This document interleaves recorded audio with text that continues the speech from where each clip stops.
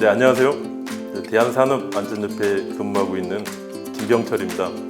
반갑습니다. 네, 강의에 앞서 저에 대해 간단하게 소개하겠습니다. 저는 아까 말씀드렸다시피 대한산업안전협회 경기 서부지에 근무를 하고 있습니다. 제 주로 업무는 안전검사 그리고 안전인증을 진행했어요. 한 10년 정도 된 것 같아요. 근데 지금은 사업장에 안전관리 위탁 업무를 하고 있습니다. 자, 위험이란 뭘까요? 제가 이 안전 업무를 하다 보니까 위험이란 단어를 거의 입에 달고 사는 것 같아요. 자, 그래서 우리 산업안전보건법에는 위험이라는 단어가 얼마나 많이 언급이 하고 있는지 한번 확인해 봤어요.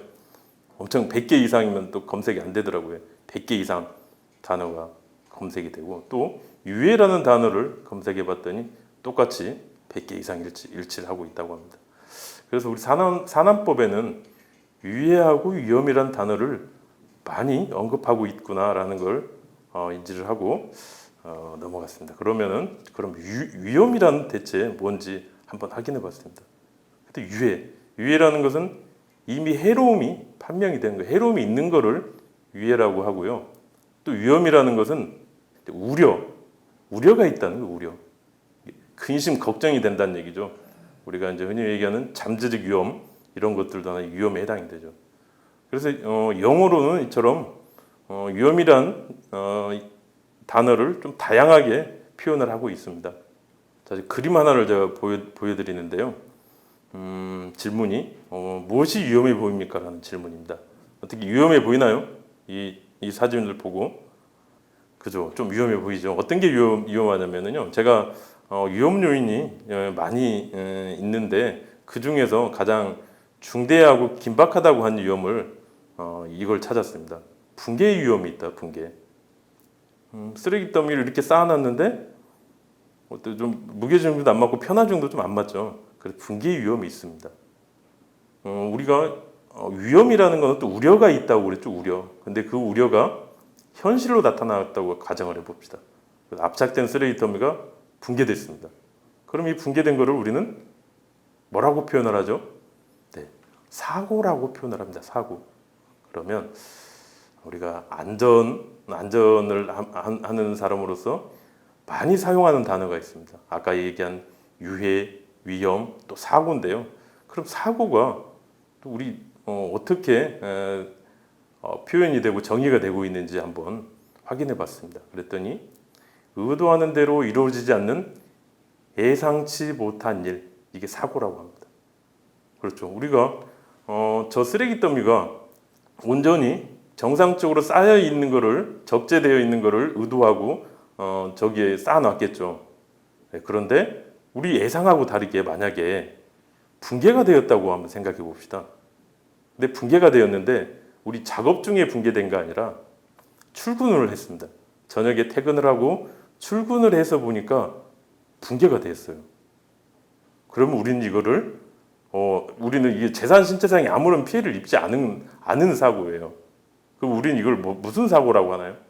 사고이긴 사고인데 아무런 피해를 입지 않았습니다. 우리는 아차 사고라고 이야기하죠. 아차 사고. 자, 많이 들어보셨을 겁니다. 그러면 제가 질문 하나를 더 드리겠습니다. 우리가 그럼 아차 사고를 예방해야 되는 이유가 뭘까요? 아차 사고 예방해야 되는 이유. 늘 우리는 아차 사고를 예방하자고 얘기를 합니다.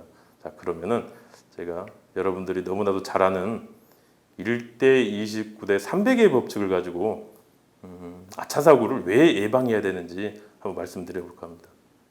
조금 낯선 그래프일 수 있습니다. 대부분 1대 29대 300의 법칙은 피라미드 형태로 구성을 하는데, 저는 이 원형 그래프를 그려봤습니다. 네, 그 이유는 피라미드 같은 경우에는 한 건의 중대재해가 발생하기 위해서는 300건의 아차 사고, 29건의 경상재해, 즉 징조가 징조 현상이죠. 그러니까 징조가 있은 이후에 중대재해가 발생을 한다. 그런 의미가 좀 강하고요. 이런 원형 그래프 같은 경우에는 단순히 하나의 확률이죠. 그러니까 이 하인리는 이 똑같은 사고를 가지고 330건의 통계를 내보니 그 중에 한 건이 중대재해라는 거예요. 중대재해. 단순히 확률이라고 생각을 합니다. 그래서 저는 이 원형 그래프를 이렇게 그렸고요. 자, 그러면 아까 네모 칸을 제가 빈칸을 넣었는데 이 빈칸에 들어가는 말이 뭘까요? 자, 동일한 사고에 의해서 발생하는 사고의 종류는 네모에 의해서 결정이 된다. 네모. 우리는 많이 접했을 겁니다. 이런 법칙을. 근데 제가 네모를 이렇게 블링킹을 하니까 잘 모르겠죠. 그러면 다시 한번 설명을 해보겠습니다. 아까 이 사고는 아차 사고로 끝나는 사고입니다. 왜냐하면 작업 중에 발생한 일이 아니고 아침에 출근을 해보니까 이런 붕괴 사고가 있었거든요. 또 보니까 주변에 아무런 사람도 없었고 재산 신체상의 피해가 없었습니다. 예, 그래서 아차 사고로 끝났죠. 그런데 만약에 작업 중에 사람이 있었다고 생각을 해보면은 가정을 해보면 얘는 300으로 끝나는 게 아니라 1 아니면 29로 끝나겠죠. 그렇죠. 1 아니면 29로 끝날 겁니다. 실제로 2년 전에 이 똑같은 형태의 작업 장소에서 중대재해가 발생한 사건도 있습니다. 네, 사고도 있습니다. 자, 그러면 네모칸 다시 한번 동일한 사고에서 발생하는 사고의 종류는 네모 위에서 결정된다. 네모는 뭘까요? 자, 다시 얘기하면은 똑같은 사고인데 중대재해, 경상재해, 아차 사고가 똑같은 사고, 똑같은 장소에서 발생을 했는데 뭐에 의해서 결정이 되냐? 그거는 바로 우연이죠, 우연. 우연에 의해서 결정이 되는 겁니다. 이 사고의 종류는. 그래서 다시 질문에 아차 사고를 예방해야 되는 이유는 저는 우리의 목숨을 복불복에 맡기면 안 된다는 거예요. 운에 맡기면 안 된다는 거죠. 그래서 한 건의 아차 사고, 사소한 사고 하나를 예방을 하면은 중대한 재해, 그러니까 사망 사고 한 건을 예방할 수 있다는 거죠. 아까 같은 경우에는 아차 사고는 중대재해, 아차 사고는 운이 좋아서 발생하지 않은 겁니다. 그래서 아차 사고 한 건을 줄임으로써 중대재해 발생 확률을 낮추자. 그래서 저는 아차 사고를 왜 예방해야 되는지에 대해서 이렇게 설명을 했습니다. 자, 그럼 다음은 그 사례를 통해서 한번 확인해 보겠습니다. 여기는 지금 원형의 원의 안에 들어가 있는 것들이 이제 LNG 배관인데요. LNG 배관의 이제 밸브들을 제가 표현하기 위해서 원을 그렸고요. 이 사업장은 이 LNG 배관 옆으로 이처럼 지게차가 진출입을 하고 있는 장소입니다. 엄밀히 얘기하면 이건 지게차 통로입니다. 지게차 통로.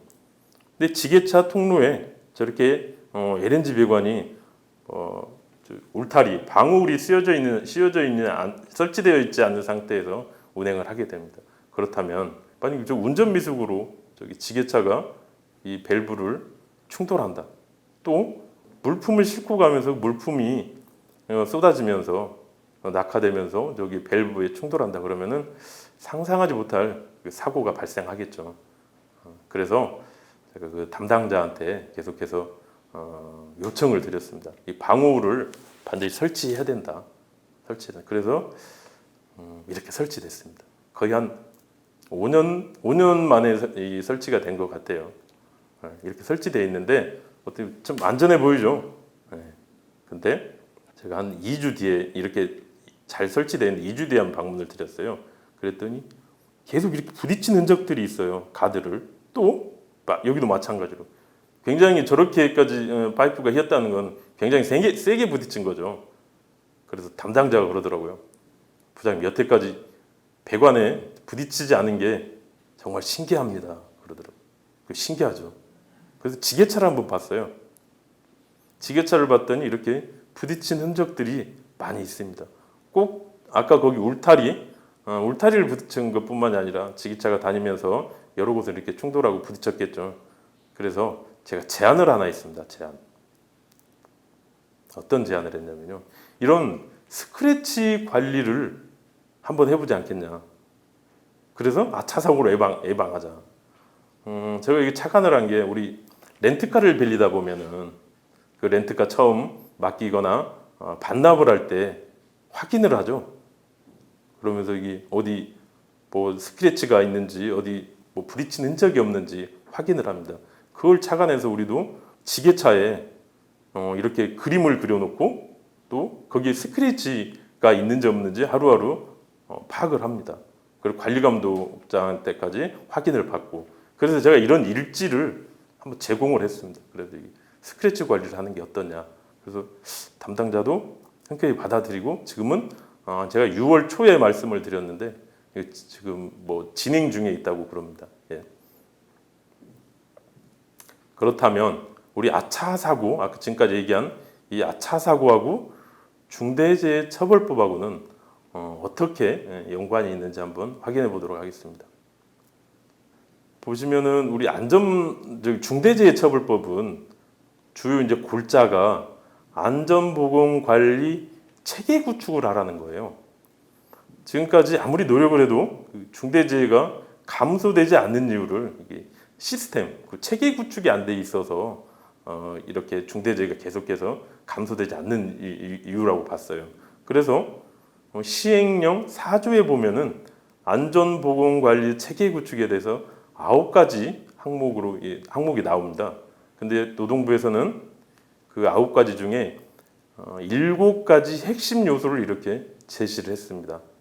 그 중에 보시면은 위험 요인 중에 아차 사고를 조사라고 합니다. 또 위험 요인 파악 중에 유해위험 기기구 설비를 조사하라고 그러죠. 예, 실행 전략 중에. 그리고 그 조사한 유해위험 기기구에 대한 그 대책도 마련해라. 이런 게 이제 노동부에서 제시하고 있는 7가지 핵심 요소 중에 하나입니다. 그렇다면 우리는 아까 말씀드린 그 유해위험 기기기구는 어떻게 분류가 되는지 한번 확인해 보겠습니다. 산업안전보건법상의 이 분류는 안전인증, 안전검사, 자율안전확인 신고, 방호조치가 필요한 기기기구, 이렇게 4개로 분류를 합니다. 그래서 저는 이게 규제의 강도가 센 거에서부터 약한 순으로 분류를 해봤는데요. 그렇다면 우리가 이런 대상품들을 많이 보셨죠. 그러면 이런 대상품들을 뭐 설치를 한다든지 구매를 한다든지 제작을 한다든지 할 경우에는 이 법적 근거에 의해서 반드시 검사를 받아야 되는 품목들이 하나입니다. 그러면 유해위험 기기구, 아까 말씀드린 그 기계들은 왜 위험한지에 대해서 한번 살펴보도록 하겠습니다. 그럼 위험기기구들은 이런 작업점을 갖고 있습니다. 작업점. 자, 저 프레스 같은 경우에 저런 끼임점이 있고, 또 드릴도 저런 말림점도 있고, 작업점을 첫 번째로 갖고 있고, 자, 두 번째는 힘이 있다는 거예요. 힘. 프레스 같은 경우에는 저런 압입 능력, 압축 능력에 힘이 있다는 거죠. 또 세 번째는 동력 전달하는 부위가 있습니다. 이렇게. 구동축이 있고 피동축이 있죠. 예, 저런 동력 전달하는 부위가 있어서 이 부위에 위험점이 발생한다는 거죠. 네 번째는 고장입니다. 예, 고장도 우리 기계기의 위험성 중에 큰 리스크로 작용한다는 거죠. 그래서 이렇게 우리 위험기계기구들은 4가지 정도의 위험성을 갖고 있습니다. 그러면 그런 위험점이 있는데 그 위험점에 대한 방호의 기본 원리에 대해서 한번 보도록 하겠습니다. 예를 들어 현장 사업장에 갔는데 어마어마한 소음이 많이 강력한 소음이 발생하고 있다고 가정을 해봅시다. 그렇다면 우리는 안전대책, 방호조치로서 가장 제일 먼저 떠오르는 게 뭘까요?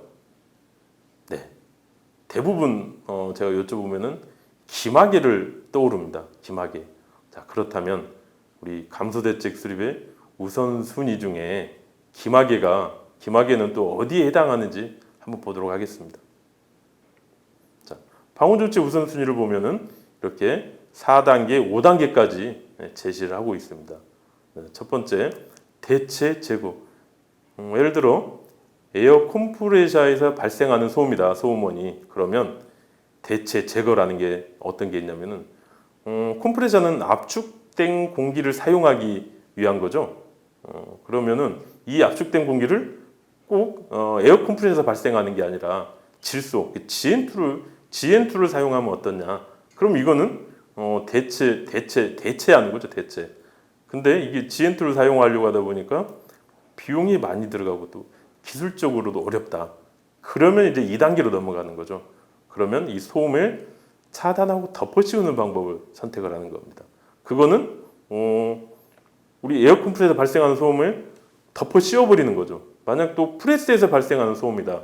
그럼 그 프레스를 덮어 씌워서 소음이 밖으로 새어나가지 않도록 하는 게 2단계고, 그 다음에 3단계는 이렇게 해도 우리가 원하는 소음까지 떨어지지 않을 경우에는 이제 관리적 대책이 되는 거죠. 거기에 우리 매뉴얼을 만들고 어디 뭐 주의사항이나 또 표지를 부착하고 이런 것들이죠. 그럼에도 불구하고 원하는 대로 소음이 제거되지 않는다면은 이제 아까 말씀드린 보호구조 기마개를 착용하는 겁니다. 네. 이렇게 1단계, 2단계, 3단계까지 다 조치를 했음에도 우리가 원하는 대로 소음이 떨어지지 않으니 불편하겠지만은 개인 보호구 기마개를 착용해 주십시오라는 거죠. 그게 마지막 단계가 우리는 지금 기마개죠. 즉 개인 보호구라는 겁니다. 그렇다면 우리 방호의 기본 원리가 1단계라고 그랬는데 그럼 여기를 만족하기 위한 조건을 5가지를 제시를 했습니다. 즉 제작 설계 단계에서부터 안전성을 확보하기 위한 5가지 조건인데요. 그 중에서도 저는 가장 근원적이고 본질적인 대책인 페일세이프와 풀프루프에 대해서 좀 설명을 할까 합니다. 페일세이프는요, 기계는 고장이 날 수 있죠. 고장. 당연히 고장이 나죠, 기계는. 근데 기계가 그 고장이 났는데 그 고장이 중대재해로 연결되면 안 된다는 거죠. 그러기 위해서는 처음 제작 설치에서부터 안전성을 확보하라는 겁니다. 그게 페일세이프인데 예를 들어서 한번 볼까요? 오늘도 제가 에스컬레이터를 이용을 하고 왔는데 에스컬레이터 한번 볼게요. 우리 에스컬레이터에서 그러니까 사고가 날 수 있는 위험 요인, 즉 한 명이 아닌 2명, 3명 다수가 사고가 날 수 있는 위험 요인은 어떤 게 있을까요? 네, 에스컬레이터는 1층에서 2층, 예를 들어 1층에서 2층 올라가다가 에스컬레이터가 멈췄습니다. 그 멈춘 이유는 구동 체인이라는 게 있는데 구동 체인이 있는데 에스컬레이터가 2층까지 올라가다가 구동 체인이 파단이 되면서 멈추면서 역회전을 한다고 한번 가정해 봅시다. 그러면 많은 재해가 발생하겠죠. 한 3년 전에는 이런 재해들이 TV를 통해서 많이 나온 적도 있습니다. 자, 그럴 경우를 방지하기 위해서 역전 방지 장치가 있습니다. 에스컬레이터의 역전 방지 장치. 원리를 간단하게 보면은요, 이렇게 생겼습니다. 정회전을 하고 있다가 아까처럼 구동 체인이 끊긴다, 또 스프라켓이 마모됐다 그러면은 이게 레칫 브레이크라고 그러는데요. 레칫 브레이크에 있는 폴 브레이크가 역회전을 방지해 주는 겁니다. 이게 폴 브레이크가. 그러면서 그냥 에스컬레이터가 멈추게 만들어 주는 거죠. 이게 역전 방지 장치인데요. 이런 거를 일상생활에서 많이 좀 봤을 겁니다. 어디서 보셨냐면요, 배드민턴이나 우리 족구 할 때, 근데 네트 친 거 혹시 기억나세요? 그러면은 네트가 느슨해질 때 그 손잡이를 잡고 돌리죠. 그럼 팽팽해집니다. 그러면 그 손잡이를 놓으면은 다시 역회전이 안 돼요. 그게 바로 여기 이 역전 방지 장치도 거기 이용한 겁니다. 우리 일상생활에서도. 네. 저럼 역전 방지 장치를 말씀을 드렸고, 그럼 페일세이프라는 게 아까 다시 말씀드리면은 에스컬레이터가 올라가다가 체인이 끊겼다. 그러면 그게 사고잖아요, 사고. 근데 그 사고가 재해로 연결되지 않기 위해서는 어떻게 돼요? 바로 역전 방지 장치라는 게 있잖아요. 네. 그래서 페일세이프라는 거는 고장이 나더라도 재해로 연결되지 않도록 안전 대책을 마련하는 게 페일세이프다. 그렇다면 풀프루프입니다. 기계는 고장이 나지만은 인간은 실수를 할 수 있죠. 실수. 그 실수가 재해로 발생하면 안 된다는 거예요. 인간은 실수를 할 수 있지만은, 예를 들어서 한번 보겠습니다. 액체 세제 있죠. 표백도 하고 청소도 하는 락스 뚜껑을 혹시 개방해 본 적 있나요? 그러면 그 뚜껑을 보면은 그 음료수 병째를 왼쪽으로 돌리면은 쉽게 따지나요? 네, 아니죠. 안 따집니다. 이렇게 힘을 가한 다음에 누른 다음에 왼쪽으로 돌려야지만 따집니다. 그게 이제 안전 캡이죠. 그거는 바로 바보를 보호하려고 그러는 바보 즉 어린아이들을 보호하려고 그러는 겁니다. 그런 사고들이 쉽게 열어서 마시기도 하고 뭐 몸에 뿌리기도 하고 이런 사고들 때문에 바보들 어린아이를 보호하기 위한 그 안전 캡이 있고요. 또 우리 작업 현장 제조나 이런 현장에서 가장 많이 사용하고 있는 게 이게 안전문이에요. 안전문. 풀프루프 개념 안전문. 그럼 안전문에 대해서 한번 확인해 보도록 하겠습니다. 예를 들어 그 점검문 안에는 회전체가 있다고 가정해봅니다. 회전체. 근데 실수로 문을 열었습니다. 근데 멈추지 않는다면은 작업자 문을 연 사람이 실수로 열었는데 이게 끼임 또 말림 이런 재해들이 발생할 수 있겠죠. 그래서 리미트 그러니까 인터롭 장치를 설치해서 회전 중에 문을 열면은 바로 멈출 수 있게 만들어주는 것이 바로 인터롭 장치입니다. 그래서 순차적인 동작이라고도 합니다. 선행된 동작이 이루어져야지만이 다음 동작이 이루어진다는 거죠. 그래서 이 동작이 하나가 생략이 된다든지 아니면은 그 거꾸로 한다든지 그러면은 우리가 원하는 대로 기계는 작동되지 않는다라는 게 인터롭 장치입니다. 그러면 방호의 기본 원리 중 2단계 중에 2단계를 만족시키기 위한 조건들이 어떤 게 있느냐? 이거는 위험 기계 기구들에서 사용하고 있는 방호 조치라고 보면 됩니다. 그거를 한번 그림을 통해서 보겠습니다. 먼저 경리형 방호 조치가 있죠. 이렇게 방호 덮개를 완전히 덮어 씌우는 겁니다. 그 다음에 위치 제한형. 위치 제한형은 양수 조작식 방호 장치처럼 안전거리가 있는 것을 위치 제한형 방호 장치라고 합니다. 다음은 접근 거부형 방호 장치. 그다음에 광전자식 방호 장치를 이용한 접근 반응형 방호 장치. 이렇게 나눠져 있습니다. 그러면 이제 현장의 사례를 통해서 한번 확인해 보겠는데요. 아까 말씀드린 감소 대책 수립의 우선순위가 맞는지 한번 확인해 보도록 하겠습니다. 이 사업장을 제가 점검을 하러 갔는데 이렇게 써 있습니다. 사용 후 꼭 닫아주세요 이렇게 써 있어요. 또 밑에 같은 사진인데 뭐가 살짝 열려 있죠. 그리고 여기는 노란선 바깥쪽으로는 보행자가 통행하는 보행자 통행 구역이에요. 그래서 대체 이게 뭔데 이렇게 닫아주라고 했을까 보고 이건 밑에서 한번 찍어본 사진입니다. 이 폐기물 처리장인데 그 위에서 떨어뜨린 겁니다. 떨어뜨리면은 밑에 바로 폐기물이 쌓이는 겁니다. 자, 그럼 우리가 감소 대책 우선순위 중에 이게 어때요? 좀 맞나요? 좀 생략한 단계가 있죠.